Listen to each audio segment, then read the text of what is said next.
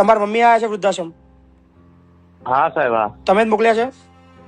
હા, મેં જ મોકલ્યા છે. અને એમને મને કાલના પરમ દિવસ ત્યાં મારા ફ્લેટેથી નીકળી ગયા હતા. મને કે મારે ખેડા જ જવું. નીકળી ગયા હતા કે તમે મોકલ્યા? ના, અત્યારે વાત નહીં કરતો. હમણાં તો તમે એવું કીધું મને મેં મોકલ્યા છે.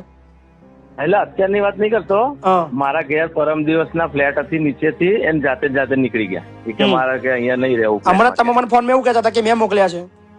એટલે અત્યારે મેં મોકલ્યા. એક કે મારા અત્યારે એમને હું તમને પૂછવાનો ખાલી જવાબ આલો. અત્યારે તમે એમને વૃદ્ધાશ્રમમાં રહેવા મોકલ્યા છે? હા ના ખાલી કહો.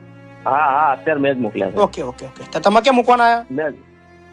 હા, અરે સાહેબ, હું અત્યારે નાવા ધોવાનું બધું બાકી હતું. પેલા રિક્ષાવાળા ભાઈ તૈયાર હતા. વાંધો નહીં, તો એ બી ઘરના જ છે, મારા નીચે જ રહેશે મારી જોડે. બરાબર, વાંધો નહીં, તમે લઈને. તમારે રાજી ખુશીથી મૂકવા મોકલ્યા તમે?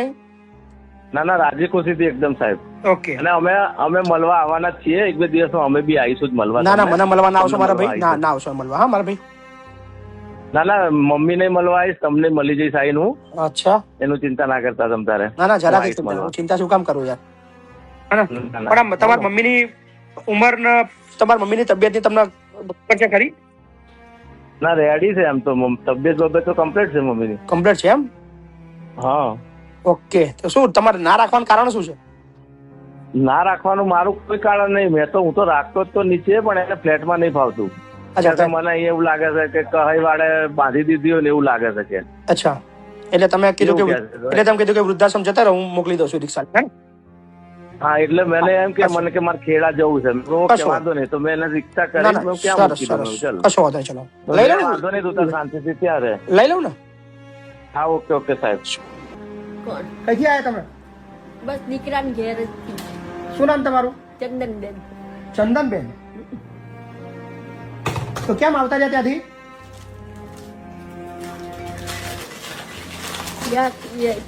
આ કહું છું ખરી, સ્વભાવ એકાબીજાના અનુકૂળ નહીં આવતા. બસ બીજું કઈ નથી. સ્વભાવ અનુકૂળ નહીં આવતા. સારું રાખતા નહીં? રાખે સારું. તો પછી? પણ ઘડી કઈક ધૂતા ઉતી થઈ જાય. કોણ હેરાન કરે છે? હેરાન કોઈ કરતું નથી. તો પછી ખુશી મજામાં તમે આવ્યા છો વૃદ્ધાશ્રમમાં? ખુશી મજામાં આમ તો કઈ બીજી તકલીફ નહીં ગઈ. પણ સાચું કહો, સાચું બોલો. શું કારણથી આવ્યા છો? પણ આ કહું છું ખરી, એક તો શરીરથી હારેલા આપણે, આમ બીજી કોઈ તકલીફ નહીં ભાઈ. તમે ઈચ્છા હોય તો રાખવું, પણ તમે કારણ તો કેવું પડે ને બા. શું કારણથી આવ્યા છે કેવું તો પડે ને, કે તમે કેમ ઘર છોડ્યું તમારું, કે તમારે ઘેર રહેવું નહીં તમારે, કે કેવું નહીં? એવું કશું નથી. કેવું નહીં તમારે ને? કઈક છુપાવો છો તમે? મને બીજા માં રાખે છે.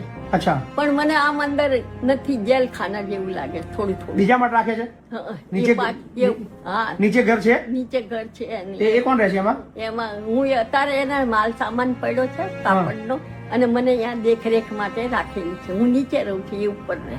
ઓકે, તમારા સામાનનો દેખરેખ રાખવા માટે રાખ્યા છે. અને સામાન ભર્યો છે બધો? હા, અને પછી મને રાખે, પછી હું અહીંયા જ રહું એમ. અત્યારે દાદા નથી, ગુજરી ગયા. કઈ વાંધો, ચાલો મકાન બધું લઈ લઉં છું. ચાલો, હા ને? ઓકે.